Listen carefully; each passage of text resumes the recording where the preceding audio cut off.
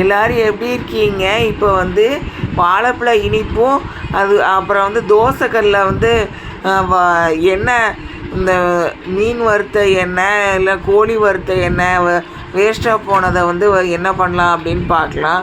இப்போ வந்து மைதா மாவை வந்து ஒரு கப் எடுத்துக்கோங்க வாழைப்பழ இனிப்பு செய்கிறதுக்கு. அதே அளவு வந்து சீனி எடுத்துக்கோங்க, வெள்ளை சீனி வந்து எடுத்துகிட்டு அதை ரெண்டையும் நல்லா கலந்து விட்டு தண்ணி கொஞ்சம் கொஞ்சமாக ஊற்றி இந்த பதம் வந்து இந்த அளவுக்கு வரணும். இந்த அளவுக்கு பதம் வளர்கிற அளவுக்கு கலந்துக்கோங்க. ஒரே ஒரு நேந்திரம்பழம் வாழைப்பழம் இந்த அளவுக்கு நல்லா பழுத்த பழமாக எடுத்துக்கோங்க. அதை எடுத்து துண்டு துண்டாக அந்த மாதிரி வெட்டி எடுத்துக்கோங்க. வெட்டி எடுத்துக்கிட்டு அதுக்கப்புறம் வந்து சின்ன சின்ன பீஸாக எடுத்துகிட்டு அதுக்கப்புறம் அந்த கடாயை எடுத்து அதில் கொஞ்சம் எண்ணெய் கொஞ்சம் ஊற்றி கொதிக்க வச்சுருங்க. மீடியம் ஃப்ளேமில் வச்சு கொதிக்க வைங்க.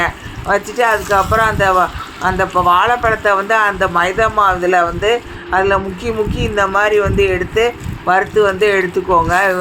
வறுத்துட்டு அதை தனியாக வந்து ஒரு தோசைக்கல்லில் எடுத்து வச்சுருங்க. குழந்தைங்களுக்கும் கொடுங்க. பெரியவங்க உடம்பு நல்லா இருந்தால் சாப்பிடுங்க. இது விருதுநகர் ஆட்சி சமையல் தமிழ். இது சப்ஸ்கிரைப் பண்ணுங்கள், லைக்ஸ் கொடுங்க, ஷேர் கொடுங்க, அந்த பெல் பட்டனை வந்து அமுக்குங்க.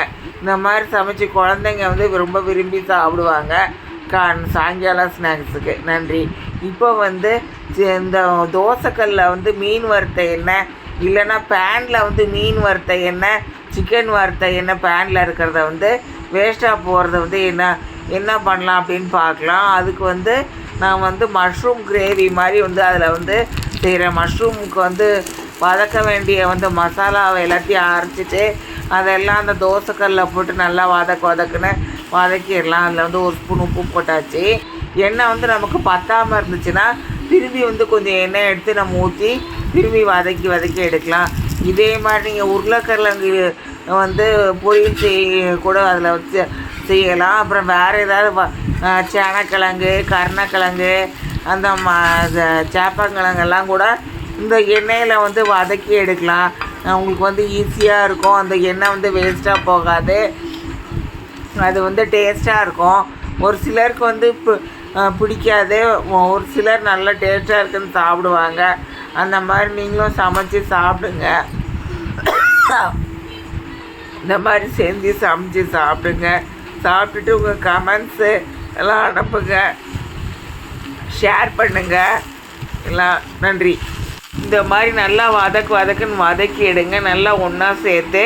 இப்போ வந்து இதில் வந்து தோசைக்கல்லில் வந்து இவ்வளோ இதையும் போட்டு வதக்க முடியாது. அதனால் அந்த எண்ணெயெல்லாம் நல்லா உறிஞ்சி நல்லா எடுத்துரும் அந்த கிரேவி வந்து. அதுக்கப்புறம் வந்து நீங்கள் வந்து தனியாக வந்து வேறு இரும்பு சட்டியிலையோ இல்லைன்னா வந்து பேன்லேயோ போட்டு வறுக்கனா கூட வறுத்து எடுத்துக்கலாம். ஏன்னா இதில் வறுக்கும் போது உங்களுக்கு இடம் பத்தாது.